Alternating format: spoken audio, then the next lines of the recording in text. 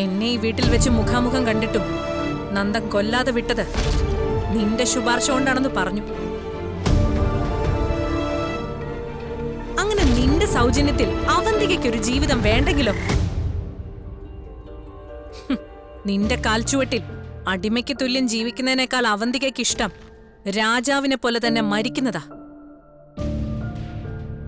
അതുകൊണ്ട് നീ ഇപ്പൊ കൊണ്ടുവന്ന അതിഥിയോട് പറഞ്ഞേക്കണം, എന്നെ അങ്ങ് കൊന്നു കളഞ്ഞേക്കാൻ.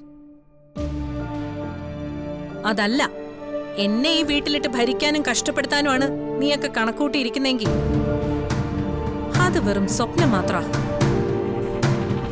ശരിക്കും നിങ്ങൾ നന്ദനെ രക്ഷപ്പെടുത്തിയെന്നാണ് നിങ്ങൾ കരുതിയിരിക്കുന്നത്. എന്നാൽ അങ്ങനെ അല്ല. നേർച്ചക്കോഴിയെ പോലെ നന്ദനെ വീണ്ടും എന്റെ മുന്നിൽ എത്തിച്ചു. കഴുത്തറുത്ത് നിലത്തിടു അവന്തിക, അതും ഭാര്യയായി ഒപ്പം താമസിച്ചുകൊണ്ട് തന്നെ. നിർത്തടി. ഏട്ടത്തിയുടെ സംസാരത്തിനെ ശരിക്കും അങ്ങനെയാ പറയേണ്ടത്. കഴുത്തറക്കുന്നത് പോയിട്ട് ഇവിടെ ആരുടെയും ദേഹത്ത് തൊടാൻ പോലും പോകുന്നില്ല നിങ്ങള്. അത് ഞങ്ങളെ പോലെ തന്നെ നിങ്ങൾക്ക് നന്നായിട്ട് അറിയാം. പിന്നെ ഈ പറയുന്നതിനൊക്കെ ഒറ്റ പേരേ ഉള്ളൂ, അതിന്റെ പേരാണ് ഭയം.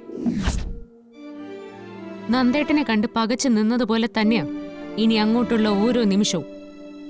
ഓരോന്നും കണ്ടും കേട്ടും ഞെട്ടാൻ പോകുന്നതേ ഉള്ളൂ. പിന്നെ തല്ലും കൊല്ലും എന്നൊക്കെ ഇതുപോലെ പറഞ്ഞ് ഭീഷണിപ്പെടുത്താൻ ശ്രമിക്കാം.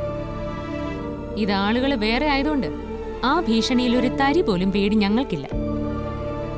നന്ദേട്ടന്റെ വരവ് നിങ്ങൾക്ക് ഗുണമാണോ ദോഷാണോന്ന് നിങ്ങളുടെ കവിള്ള പാട് കണ്ടാ അറിയാം.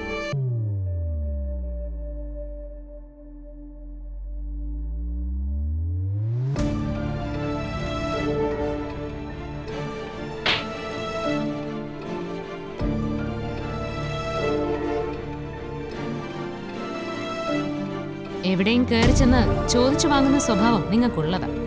അത് അടിയായാലും ഇതുപോലെ വർത്തമാനം ആയാലും.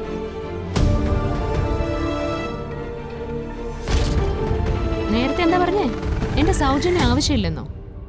നിങ്ങളെ കൊല്ലണോ എന്ന ഉദ്ദേശത്തിൽ മാത്രം ഇതുവരെ ജീവിച്ച നന്ദേട്ടനെ ഞാനാ പറഞ്ഞ അതിൽ നിന്ന് മാറ്റിയത്.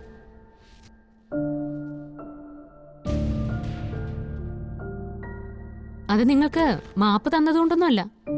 ഇത്രയും കാലം ദുരിതം അനുഭവിച്ച ആ പാവം മനുഷ്യൻ അച്ഛനോടും സഹോദരങ്ങളോടും കുറച്ചു കാലം കൂടി സന്തോഷത്തോടെ കഴിയട്ടെ എന്ന് കരുതിയിട്ട്.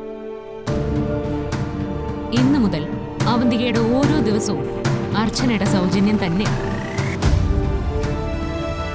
അർച്ചന തരുന്ന വെറും വെറും സൗജന്യം.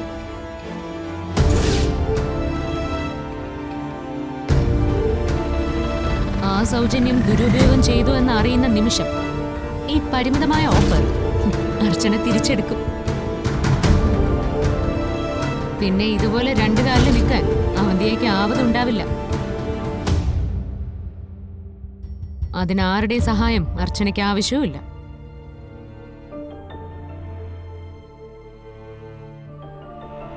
വാ ഡോക്ടർ.